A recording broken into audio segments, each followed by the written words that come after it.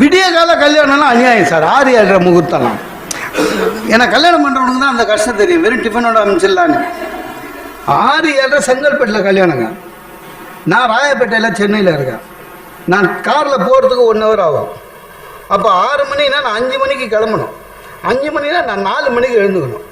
எழுந்துக்கிறேன், current இல்லை வீட்டில். இப்படி பார்த்தேன். அப்புறம் ஒய்ஃபுக்கிட்ட சொன்னேன், பாரு ஷேவ் பண்ணிக்க வான்னு கேட்டேன். அவள் காலங்கால பிரம்ம முகூர்த்தத்தில் சொல்கிறான், நீ வெளிச்சத்துலேயே வெட்டிப்ப,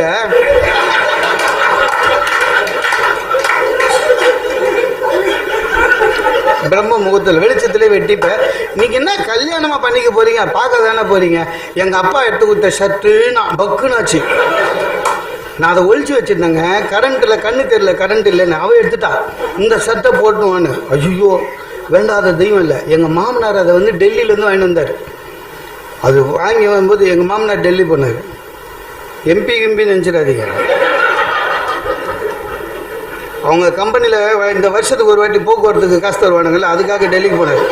போயிட்டு வந்துட்டு சொல்லி என்கிட்ட கொடுத்தாரு, மாப்பிள்ளை உங்களுக்காக கடைக்கடையாக தேடினார். அப்போவே நான் நினச்சேன் அந்த காலம்லாம் போயிடுச்சு சார். ஒரு வேன் ஹுசைனு ஒரு இந்த shirt, reputed shirt, branded shirt அங்கங்கே வச்சுருக்காங்க. போய் 39 40 குத்துற போகிறான்.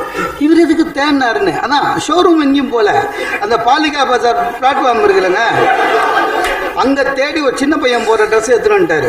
உங்களுக்கு அளவுக்கு கரெக்டாக இருக்குன்னு கிண்டல் வேறு. இதில் நான் அதை ஒழிச்சு வச்சுட்டேன். என் ஒய்ஃபு கண்டுபிடிச்சா அதை எடுத்து போட்டான். ஐயோ போடவே முடியலங்க, இருட்டு வேற, இழுக்க என் உடம்பை எத்தனுண்டு, இதுக்கே இழுக்கிறேன். இழுத்து ஒரு மாதிரி போட்டு பட்டன் போட்ட உடனே ஷர்ட்டுக்கு ஏற்ற மாதிரி நடக்க ஆரம்பிச்சிட்டேன். ஏன்னா எப்போ வேணாலும் கிழியும்.